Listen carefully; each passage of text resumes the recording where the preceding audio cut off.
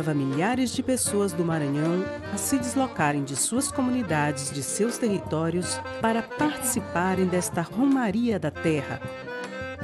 Romarias como esta ocorrem em todo o país. É uma forma dos trabalhadores do campo se manifestar contra a violência, extinção dos recursos naturais, lutar por justiça social. Para compreendermos melhor o que move esses romeiros, temos que entender o Maranhão em seu contexto agrário. Nesse contexto, o processo histórico de grilagem pelo latifúndio foi acrescido a partir dos anos 80 dos enfrentamentos com empresas de mineração, do agronegócio, de produção de gás natural, de instalação de complexos portuários que passaram a se beneficiar de recursos públicos e a expulsar milhares de pessoas para beneficiar grandes grupos econômicos e seus empresários. Este filme é um breve percurso por algumas das questões mais significativas de lutas e conquistas dos povos indígenas, quilombolas, lavradores, extrativistas, pescadores, quebradeiras de coco.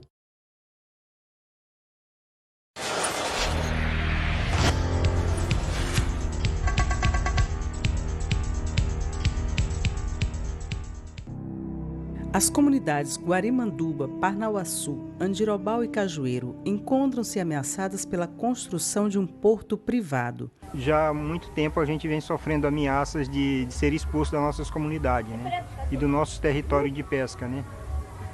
E isso tem impactado muito as pessoas dessa região aqui. Então, tanto da comunidade mesmo, quanto das comunidades do entorno.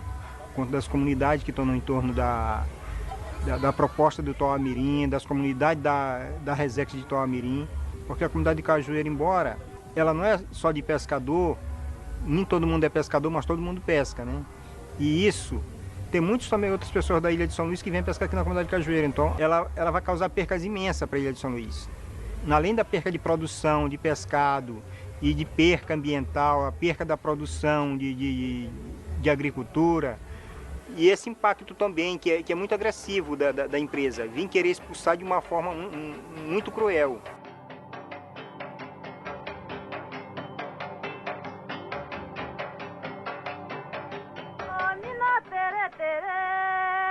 Em Cajueiro está localizado o Terreiro do Egito, lugar sagrado para as religiões afro-brasileiras desde o século XIX.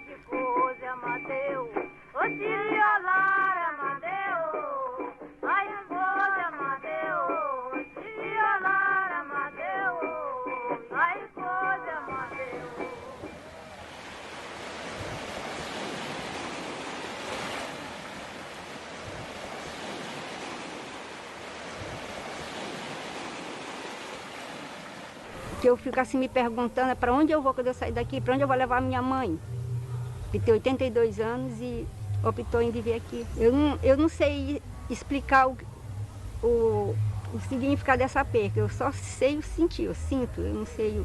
Eles falam de progresso, de desenvolvimento, mas eles não falam do nosso sentimento.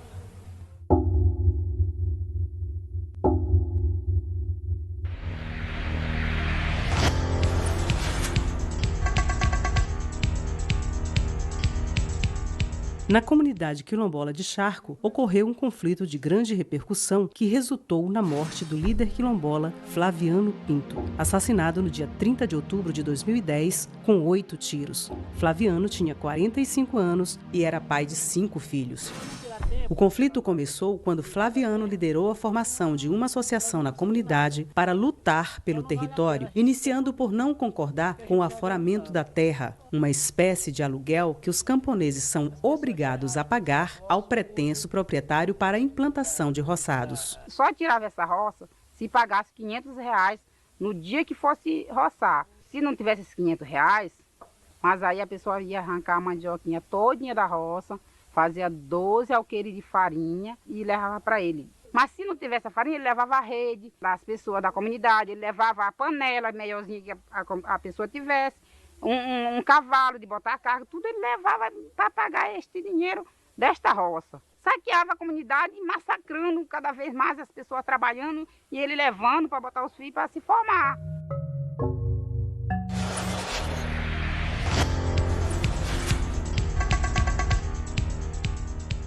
No município de Palmeirândia, a comunidade quilombola de Cruzeiro retomou seu território em agosto de 2015. O território era disputado com o grileiro Manuel de Jesus Gomes, o Gentil, acusado de ser mandante do assassinato de Flaviano da comunidade Charco. Então, em 2009, a gente resolveu fazer essa ocupação, porque se nós não fazemos essa ocupação, nem eu e nem outras pessoas iam ter a possibilidade de trabalhar aqui.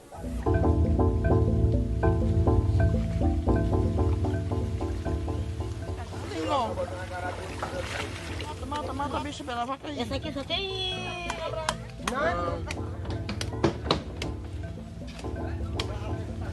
O reflexo da reconquista do território é visível na produção agrícola das famílias. Aqui é a prova que a gente trabalha, nós planta milho, nós planta mandioca, planta abóbora, planta batata, se planta tudo de alimento.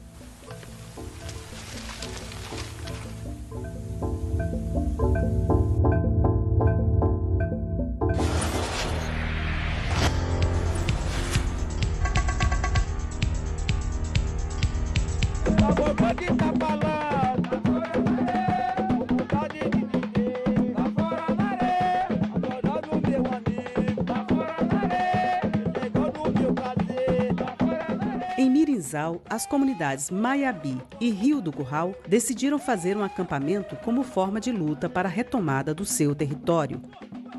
As famílias protestam contra a extração de madeira e de outras riquezas naturais de seu território por empresas. Qual é o motivo que eles só tiravam as matérias-primas daqui, mas não trazia nada para sustentar a comunidade, um meio de ajudar a comunidade. Essas atividades utilizam as precárias estradas que dão acesso aos povoados, destruindo-as ainda mais. Estamos acampados nesta luta, reivindicando um direito que todos querem ter e nós não temos, é estrada. Água na comunidade Quilombo do Maiabi tem um poço furado, mas não, a gente ainda não viu a cor da água.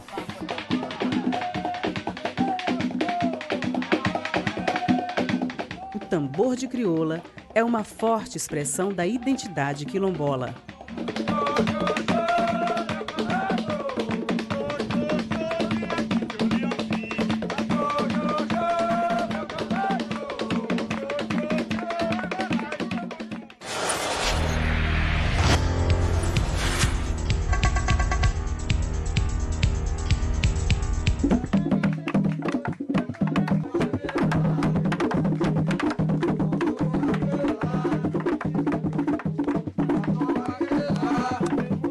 Outra comunidade da Baixada Maranhense que luta pelo seu território é de Benfica, no município de Santa Helena. A casa de fazenda do pretenso dono foi ocupada pelos quilombolas. Se unimos e viemos para cá para que a gente pedisse para que ele não continuasse com o serviço, porque a terra já estava em um projeto de pedido de desapropriação. Mas mesmo aí ele não respeitou, continuou jogando a madeira, que era para cercar tudo. Então a gente resolvemos acampar aqui. Tivemos audiência em Santa Helena. A gente lá, o parecer foi favorável a gente, mas a gente continua aqui sendo ameaçado.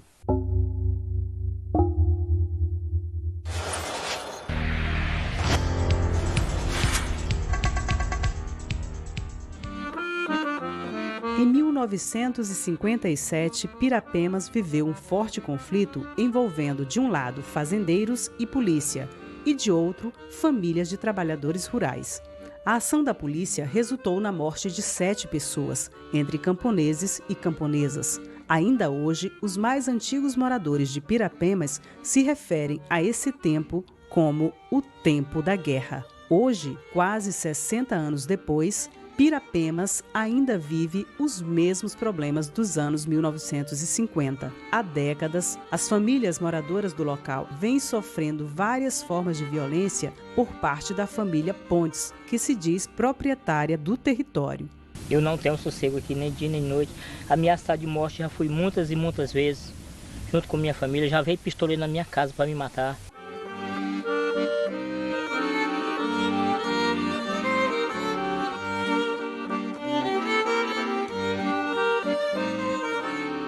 Eles chamam aqui as casas dos pobres, que nem eu, é palhoça e ninho de rato. Que nós não tem casa, nós temos um ninho de rato. E ele mudaria o nome dele se ele não queimasse meu ninho de rato, minha palhoça. Porque somos antigos, né? Nós somos antigos. Aqui tem uma panela do meu avô, que cozinhou muito feijão, muita carne para nós comer. Para mim comer junto com ele. Hoje está furada, né? Mas é uma história testemunhada.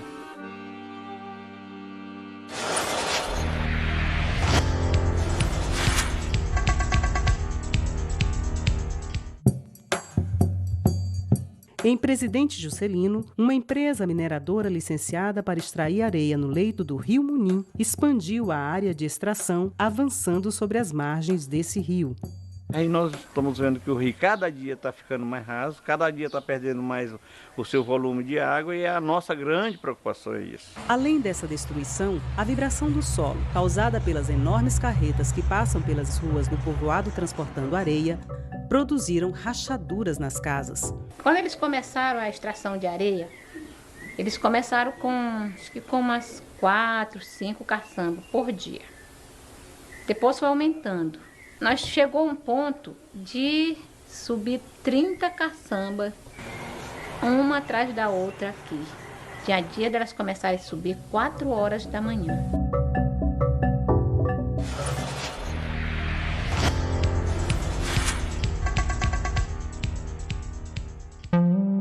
Aqui nesse trecho do Rio Munim, na comunidade Barro Vermelho, uma outra empresa de mineração de areia e calcário vem causando enorme estrago na margem do rio. Os moradores da comunidade reclamam da empresa que invadiu sua área, impedindo as atividades de roça e prejudicando o rio de onde as famílias também tiram seu sustento. Agora, com essa degradação de terra aí, a gente não tem acesso mais para onde era os municipal. Agora a gente está sendo tratado como bicho também. A questão da cerca, cercaram há pouco tempo aí. Antes a gente já sofria porque era humilhado pelo patrão. E agora são questão de ameaças. Depois que a gente se organizou, é questão de ameaça toda hora. Ameaça de derrubar a casa, ameaça de queimar. Meu avô, né, ele nasceu aqui, se criou aqui, morreu aqui. E a gente sempre tem essa consciência que a gente é quilombola e tem direito à terra, né?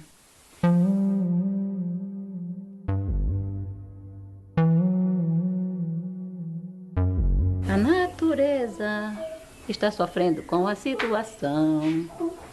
Deus fez o céu e a terra, os campos, as serras, o rio e sertão. E fez o homem, a sua imagem botou no jardim.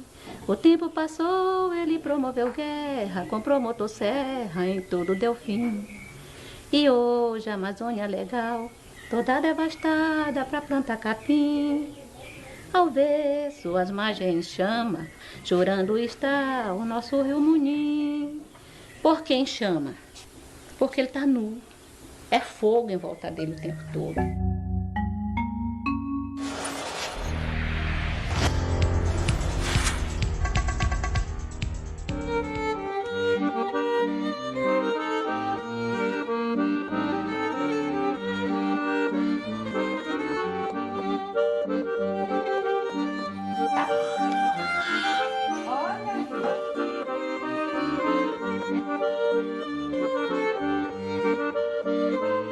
Buriti é um dos municípios da região do Baixo Parnaíba que, assim como outros, foi tomado pelo agronegócio com imensas plantações de soja e eucalipto.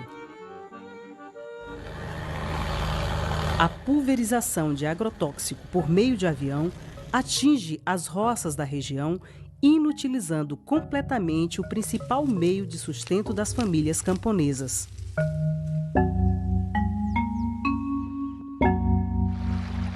Aqui nós estamos na beira do Rio Preto, um rio aqui no município de Buriti, né? E ao longo dos anos, depois dos plantios de soja, eucalipto chegou aqui na nossa região, cada ano ele está morrendo, ele está diminuindo, né? Nós estamos vendo aqui, ó, a situação que está, esses outros anos atrás, aqui ninguém passava de moto, né? Passava por cima de uma ponte. Hoje está aqui, não dá 4 dedos de água de altura que está passando aqui. Então, a tendência do nosso rio aqui é morrer, né?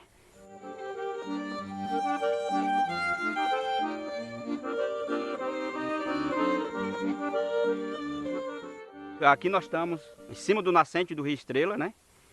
Que esse Rio Estrela é de funda importância para a comunidade, onde banha toda essa nossa comunidade, é Tambor, Cabeceira, Conceição 1, Conceição 2, Conceição 3 e vai até Anapurus. Plantaram aqui a soja em cima do nascente do Rio Estrela, aonde nós tínhamos uma riqueza, a riqueza natural aqui, a caça, o peixe aqui nesse rio era uma riqueza muito grande que sustentava as famílias, né? E hoje não tem mais nada, tá tudo seco.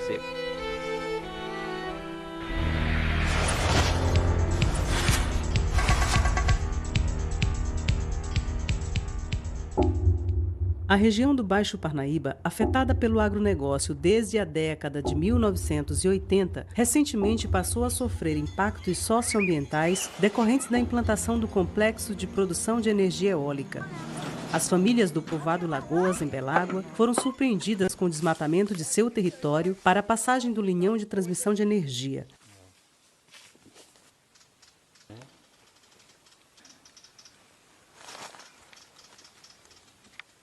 É 60 metros de largura. Agora o comprido vai até onde se acabar. O linhão tem cerca de 240 quilômetros de extensão, ligando os aerogeradores instalados na região dos Lençóis Maranhenses a uma subestação no município de Miranda do Norte, impactando, ao longo do seu percurso, outras comunidades. Ou evitar, ou então, se de tudo não conseguir, achar uma oferta, encontrar uma oferta adequada, porque 25 mil reais eu acho que é muito pouco, até porque vai passar por cima de muitas árvores, né, que botam frutos, né? Eles vão devorar, por onde eles vão passando ali tem uma ponta de murici que a gente se abastece dele lá, vai pegar lá dá uns 50 pés de murici. Pé de bacuri vai dar mais de 5 mil pés de bacuri, porque tem muito pé de bacuri, tanto faz ser botador como é pequeno, novo. Nós aqui no mato, nós não tem grau de estudo para trabalhar numa empresa. Se eles usam nós para trabalhar, mas é só 6 meses, 1 ano. Essas empresas, elas não trazem nada. E nós aqui no interior, nós estamos acostumados a trabalhar com roça de mandioca. Plantar milho, maniva, plantar arroz, feijão. É isso aqui que é a nossa profissão.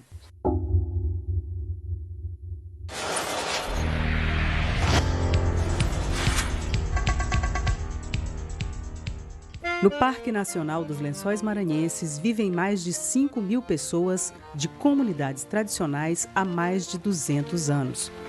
O parque foi criado em 1981. O Estado brasileiro não tem reconhecido os direitos ancestrais e originários desses grupos que já viviam dentro do parque e sequer reconhecem seus direitos à energia elétrica, à educação e à saúde como quaisquer cidadãos. As famílias que sempre viveram no parque são impedidas de reconstruir suas casas e os filhos que se casam têm que sair dos povoados. O ICMBio tenta impedir até a edificação de igrejas. Então a gente necessitava de fazer uma igreja dentro do nosso povoado, mas eles não liberaram para a gente fazer, que a gente não poderia fazer porque era dentro do parque. Então, como é que nós moramos dentro de uma comunidade, nós não temos o direito de fazer uma igreja das nossas orações. Então, eles não deixaram, mas assim mesmo a gente deu continuidade a essa igreja.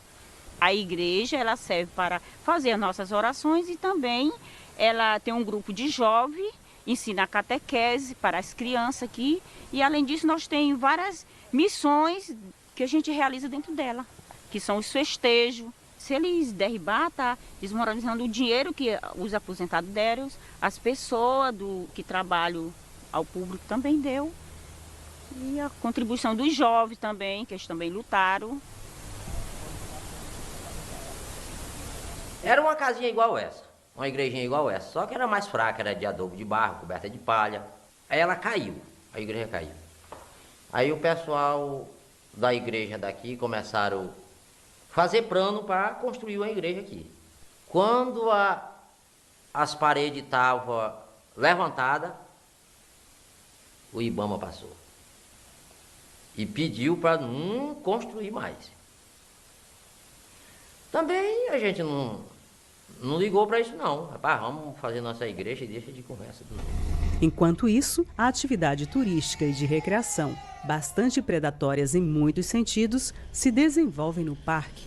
Eles vêm nos carros, vão para as lagoas, deixam o lixo, e aí às vezes os moradores é que vai recolhendo lata de cerveja, sacola de plástico, até camisinha já foi se encontrado dentro das lagoas. O pessoal dos municípios vizinhos aqui vão muito para as lagoas, mas mais mesmo é os turistas. Período de férias, julho e agosto é o período que vem mais. Depois da criação do parque, a legítima busca pela sobrevivência das famílias passou a ser tipificada pelo órgão gestor do parque como atos criminosos. Um exemplo disso é a proibição do plantio do caju, árvore que passou a ser classificada como corruptora da paisagem original. Contraditoriamente, neste vídeo promocional feito pela Embratur, o caju aparece como uma das riquezas turísticas no contexto do parque. A nossa preocupação é do IBAMA e do CIMBio, que não quer deixar nós trabalhar. E se nós não trabalhar, como é que nós vamos sobreviver?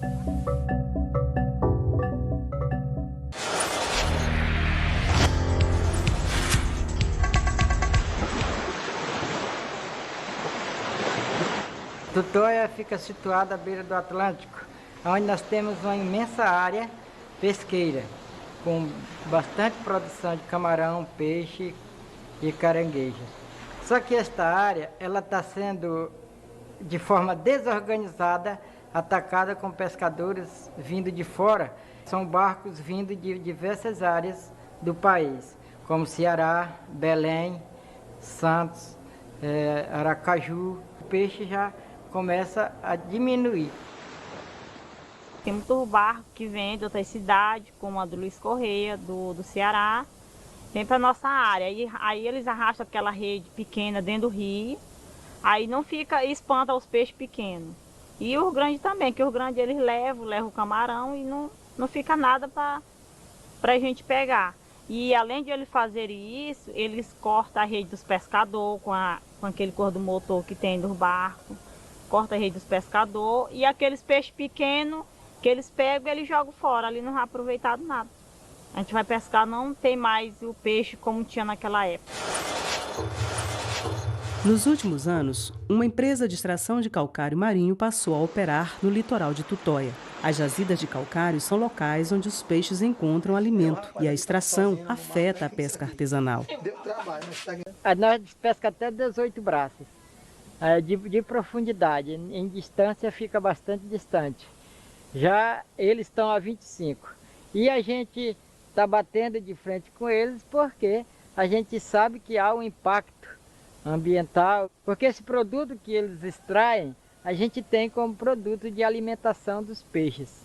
E quando se mexe nesse produto, esse peixe tende a se afastar daquele local. Esse peixe que se alimenta desse cascalho, ele acaba circulando na distância onde a gente pode pescar eles.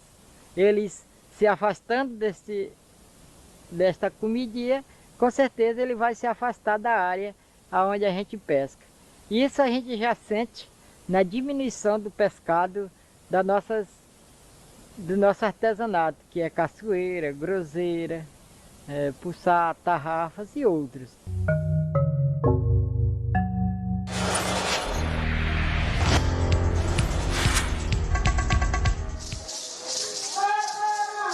O povo indígena Crenier foi expulso de seu território na década de 1950. Eles são originariamente da região onde hoje fica o município de Vitorino Freire. O território do povo Crenier se estendia no entorno da Pedra do Salgado, para eles, um lugar sagrado.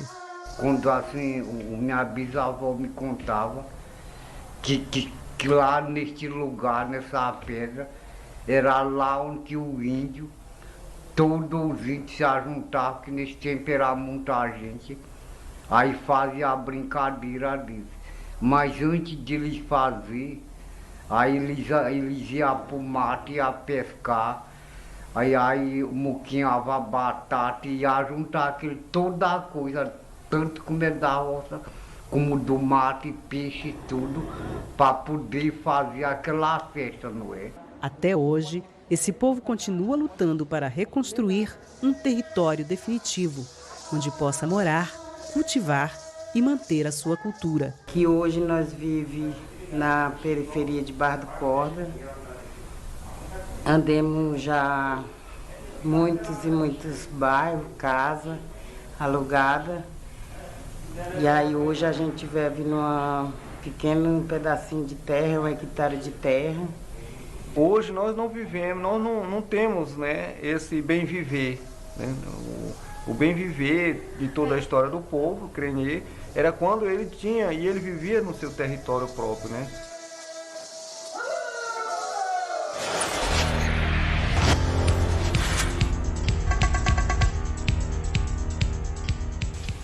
O povo indígena Gamela ocupa um território entre os municípios de Viana, Matinha e Penalva.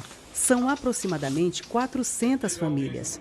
Nos últimos anos, o povo Gamela intensificou a luta pelo seu território contra a invasão de grileiros que destroem rios e outros recursos naturais e também as áreas onde as comunidades fazem suas roças. Nós temos um momento aqui de resistência, porque sempre meu avô lutou por isso.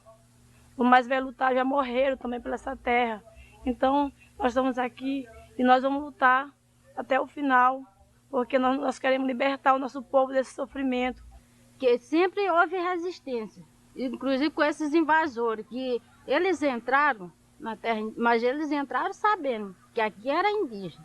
Para aí está tudo destruído, Guarimanzal tem para aí, ó, desse que a gente faz, esse artesanato aqui, Guarimanzal, Jussaral, para aí, ó, Palmeiral, tudo está destruído. Em 2014, os Gamelas solicitaram à Fundação Nacional do Índio, FUNAI, a abertura de procedimento administrativo para a identificação, demarcação e homologação do território indígena Gamela. E a gente está fazendo também todo o levantamento dos marcos históricos que a gente tem lá. A FUNAI reconheceu como povo étnico. A gente luta hoje pelo decreto que o governo reconheça a terra, né? Porque tem que ter o decreto para legalizar. Mas é um processo de reorganização e de insurgência política num tempo muito difícil, em que todas as forças do Estado, sejam elas do Poder Executivo, do Poder Legislativo, como do Judiciário, se colocam contra os direitos, sobretudo territoriais, dos povos indígenas e das comunidades tradicionais de modo geral. A gente é capaz de lutar pelo povo da gente. Tem que lutar pelos nossos objetivos.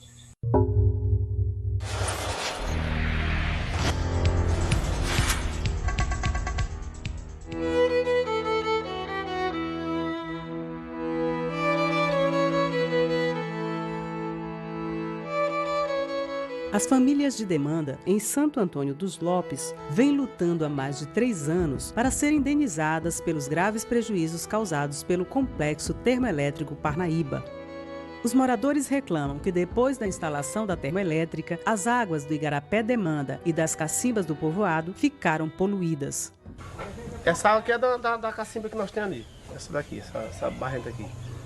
Daqui vem lá da firma lá, ela vai e lava, aí ela é desse jeito aqui, ela. Essa aqui é pra lavar vazia e pra gente tomar banho, essas coisas. É pra isso daí que ela... Nessa água aí, quando ela tá barrenta desse jeito aí, até a roupa quando a gente vai lavar, a roupa quando enxuga, a roupa fica com aquela mancha. Que nós não tínhamos essa água daquela cor ali. Ali era água cristal, de ser passada, a gente tá olhando, as piabinhas andando para riba e para baixo, uma pedra de uma cor, outra pedra do outra ali. Hoje está barrenta, que ele disse que tem um cabo com um pau batendo dentro da água. Eu não sei o mistério lá dentro. O poço nós abandonamos. Por causa desse mau cheiro, nós abandonamos, larguemos o poço. Estou comprando água agora mesmo. Cheguei agora com 3 tamborzinhos. Nós bebemos 3 dias, 4 dias. As famílias também lutam para serem reassentadas em um novo local. As recentes descobertas de gás natural em diversas regiões do Maranhão têm sido tomadas como um novo elemento de desenvolvimento. Quando a instalação da termoelétrica, eles fizeram várias audiências públicas, convidando as pessoas das comunidades para explicar a importância da presença da termoelétrica aqui na região. E a impressão que se tinha era que Capinzal se tornaria uma metrópole, né, pelo investimento que a termoelétrica ia trazer para a nossa região. No entanto, não foi isso que a gente conseguiu perceber, porque Capinzal continua o mesmo, a cidade continua a mesma, as comunidades continuam pobres do mesmo jeito. A exploração do gás na região iniciou com o grupo MPX, do empresário Ike Batista.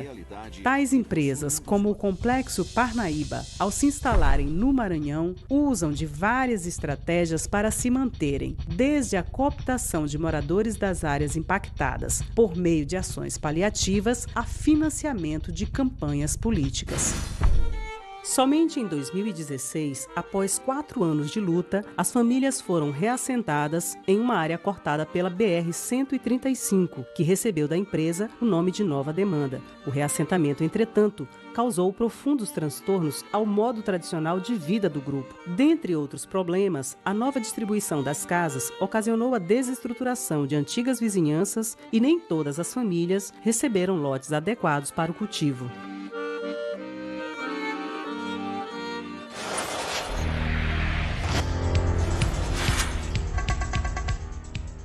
O rio Mearim, no município de Pedreiras, também é impactado pela atividade de exploração do gás. Agora, a grande luta que nós estamos enfrentando para proteger o bem precioso que é a água do rio Mearim.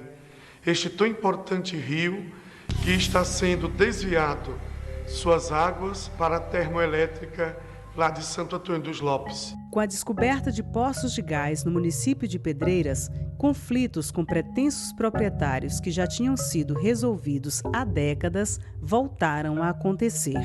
Tem um movimento mesmo desse gás. Eles, em muitos lugares, eles marcaram. Quando foi agora? Em 2013, apareceu esse povo dizendo que as terras é dele. O que eles querem é por causa desse movimento do gás mesmo.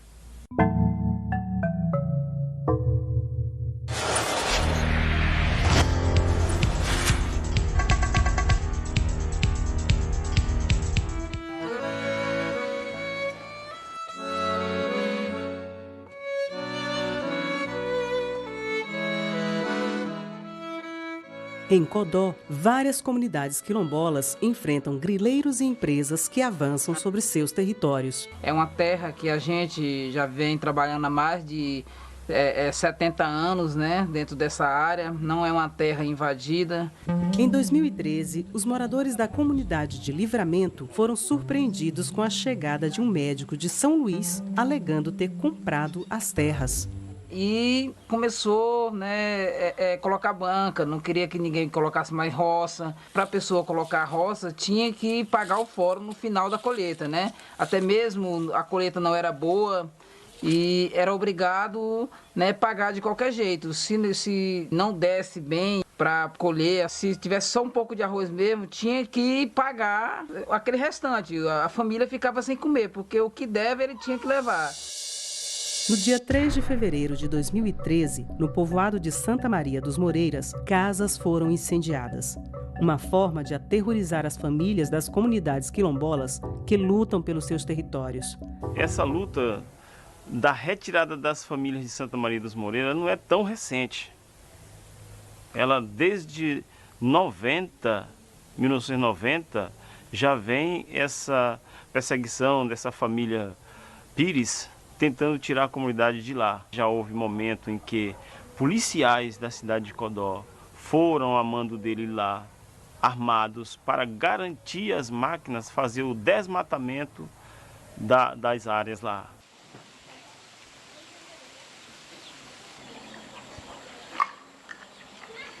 E as famílias que mais se rebelavam contra essa nova forma de viver social, que era mais na submissão, mais no patronato, essas famílias que mais se rebelaram foi essas que foram expulsas daqui, que formaram a comunidade Bom Jesus logo aqui seguinte.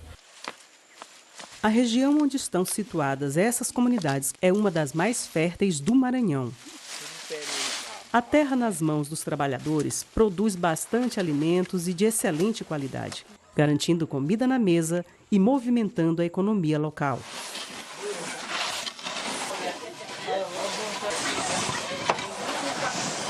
Comunidades como a de Santa Maria dos Moreiras, por exemplo, fornecem alimentos para a merenda escolar. No entanto, a grilagem vem tomando essas terras para o plantio de capim e cana-de-açúcar. A terra para nós é nossas vidas, é uma coisa que não dá nem para explicar, né, o motivo que essa terra é para nossas vidas. Outro caso que se destaca na região do município de Codó é a luta dos quilombolas das comunidades Três Irmãos, Queimadas e Montabarro contra a empresa Costa Pinto, que há cerca de 30 anos oprime essas comunidades. Já vinha sofrendo, mas no dia 26 de novembro de 2009 nós tivemos uma grande repressão, recebemos um mandato de despejo e isso foi um grande sofrimento. Então essa Costa Pinto já fez muito judiação com as nossas comunidades lá. Comigo mesmo já fui ameaçado muito de morte, né? A comunidade Vergel, em Codó, enfrenta a violência de grileiros e madeireiros desde os anos 80. Está com mais de 30 anos que vem acontecendo isso. E a maior raiva que eles têm de mim, diz que é de me matar.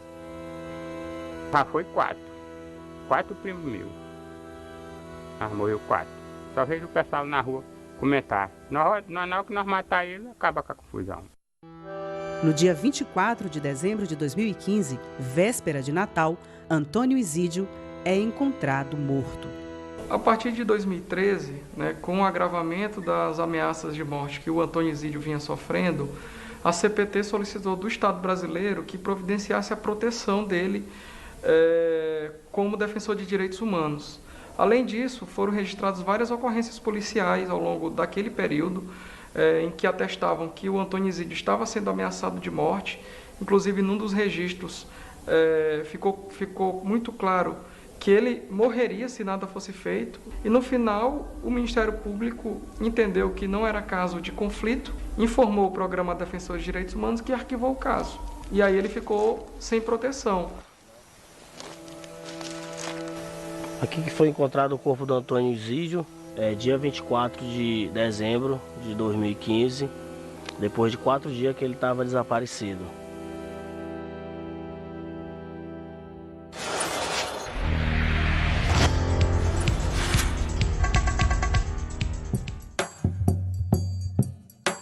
Em Dom Pedro, as mulheres quebradeiras de coco lutam pelo babaçu livre e contra a derrubada das palmeiras.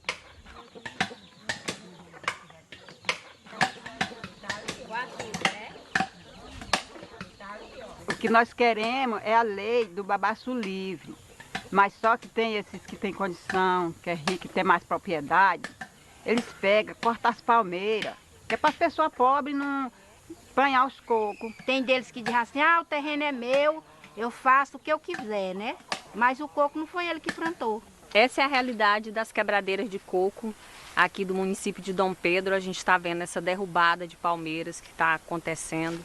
Isso já vem acontecendo há bastante tempo, né? E a gente vê que o desrespeito ao modo de vida dessas comunidades tradicionais. E não é só uma questão financeira, né? É mesmo o convívio, a realidade, a cultura dessas mulheres que quebram coco desde criança e as ameaças que são constantes.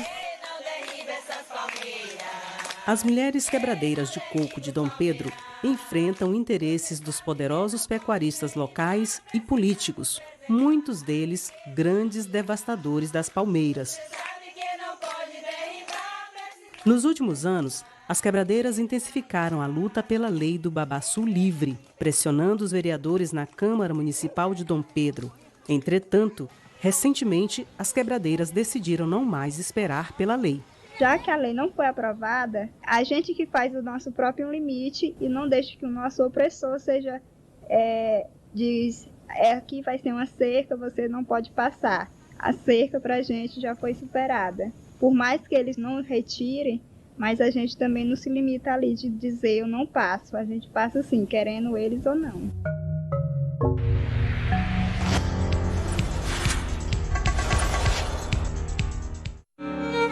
Em Balsas, assim como em outros municípios da região, praticamente não existe mais a mata nativa.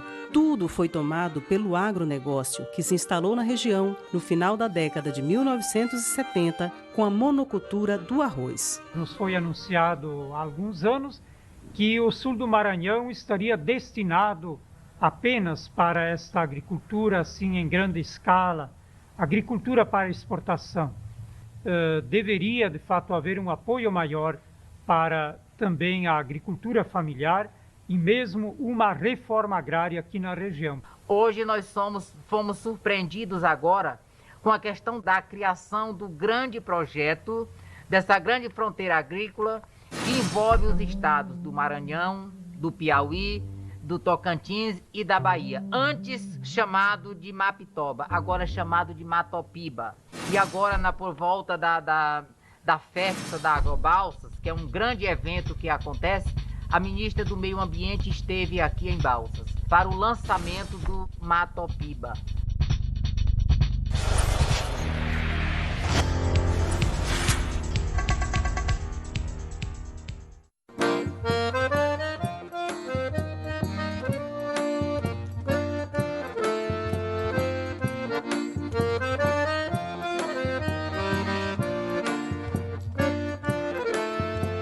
O assentamento alegre é um exemplo de que a luta pela terra é a garantia de sobrevivência das famílias camponesas. Antes de conquistarem a terra, as famílias passaram meses acampadas na estrada e debaixo de uma ponte. Que até 2005, antes da gente vir para cá, a situação da gente era muito precária, né? 90% dessas pessoas não tinham onde trabalhar. Às vezes você plantava, nem chegava a colher tudo, já o dono das terras já pedia que a gente se retirasse, para eles colocar os animais deles.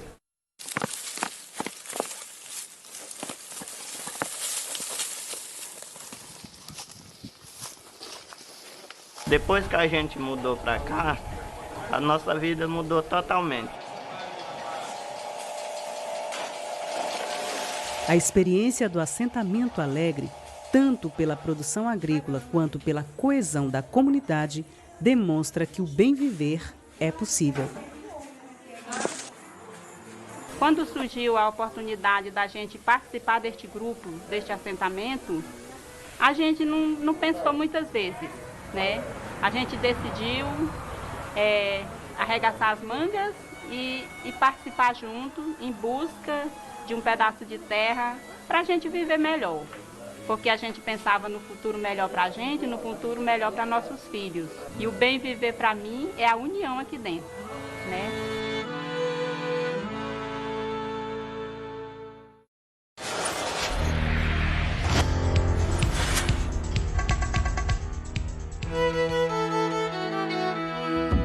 Na história das lutas camponesas no Maranhão, a região de Bacabal foi uma das mais violentas. Um exemplo disso foi o ataque ao povoado Aldeia.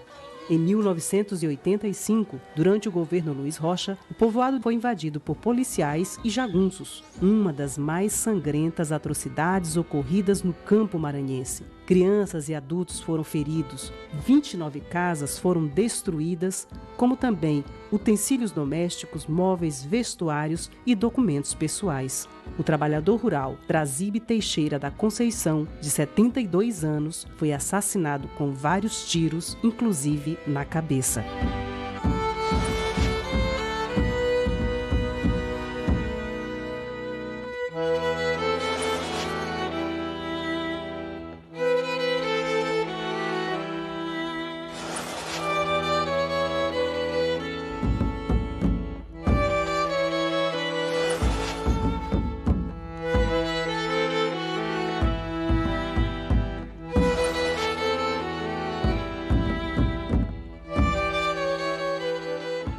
A luta pela terra na Diocese de Bacabal, ela tem uma característica diferenciada de outras regiões. Porque aqui na região ela foi motivada muito pela questão evangélica, sempre teve motivação evangélica. Teve conflito, mas as pessoas se sustentavam nesse conflito, enfrentavam todo esse conflito por motivação evangélica, né, de igreja, né? Então, foi muito característico. A fé, naquele período, a fé foi quem manteve, foi quem garantiu a permanência dessas pessoas na terra. Eu não esqueço nunca que foi uma luta assim, de união, uma corrente. Nós fazíamos a corrente de oração aí dentro desses matos, as celebrações. A luta pela terra na região de Bacabal é um reflexo da opção da Igreja Católica no sentido de um cristianismo social que teve como marco o Concílio Vaticano II, ocorrido na primeira metade dos anos 60. O concílio propiciou orientações políticas voltadas para as lutas sociais. Desse movimento participaram não apenas religiosos católicos. Foi na América Latina que a teologia da libertação mais se desenvolveu, e o Maranhão foi o berço das experiências das comunidades eclesiais de base no Brasil.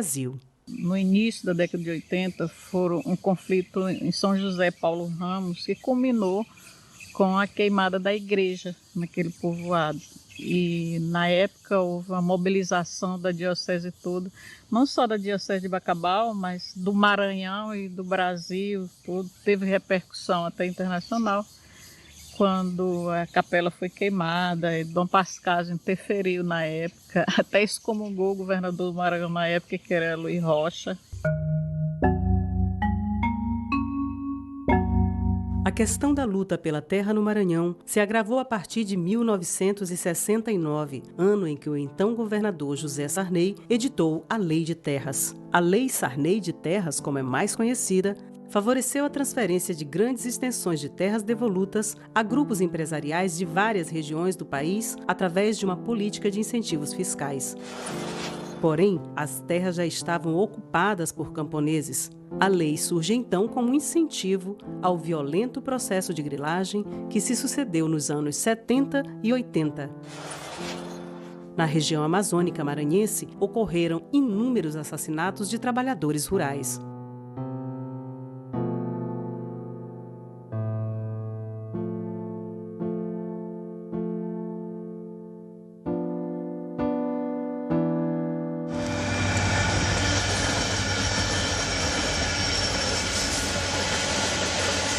A região amazônica maranhense também foi impactada com a implantação do programa Grande Carajás a partir da década de 1980. A Companhia Vale do Rio Doce e depois a Vale ampliou a violência contra as comunidades nessa região cortada pela estrada de ferro Carajás. As comunidades são atingidas pela poluição da atividade siderúrgica. São frequentes os atropelamentos com mortes na ferrovia. Ao longo de todo o corredor Carajás, desde a área do Porto em São Luís, as comunidades sofrem expropriação de seus territórios, violações de direitos e outras agressões.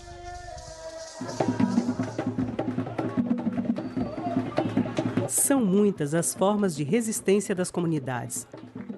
Participam ativamente de audiências públicas, organizam seminários, ocupações e atos públicos.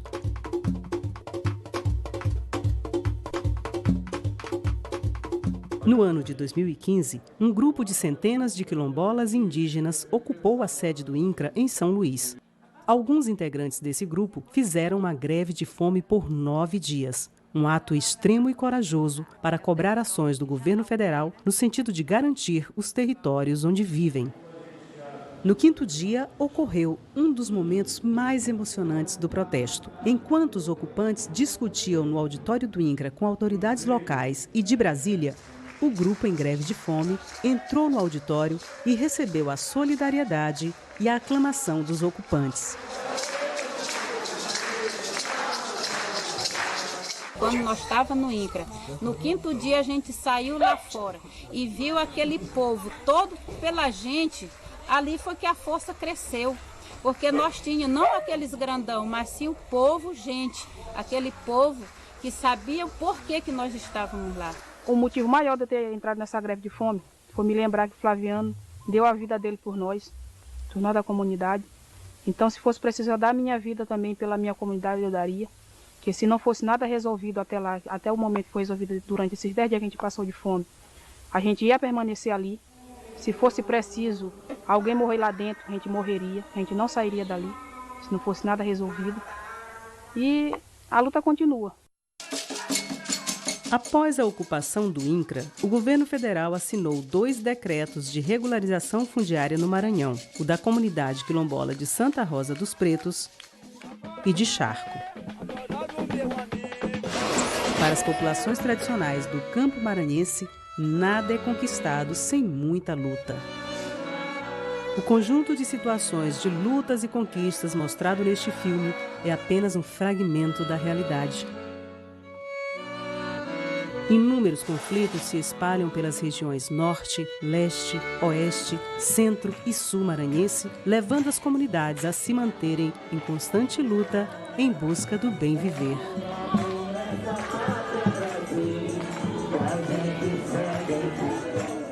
É a luta pelo bem viver que move estes romeiros nesta 12ª Romaria da Terra e das Águas do Maranhão, que desta vez trouxe o tema Território Livre para o Bem Viver dos Povos. E como lema, tire as sandálias, o lugar onde estás é chão sagrado. Território livre para o bem viver dos povos. As Romarias da Terra são momentos de demonstração de que as diferentes lutas no campo maranhense estão articuladas.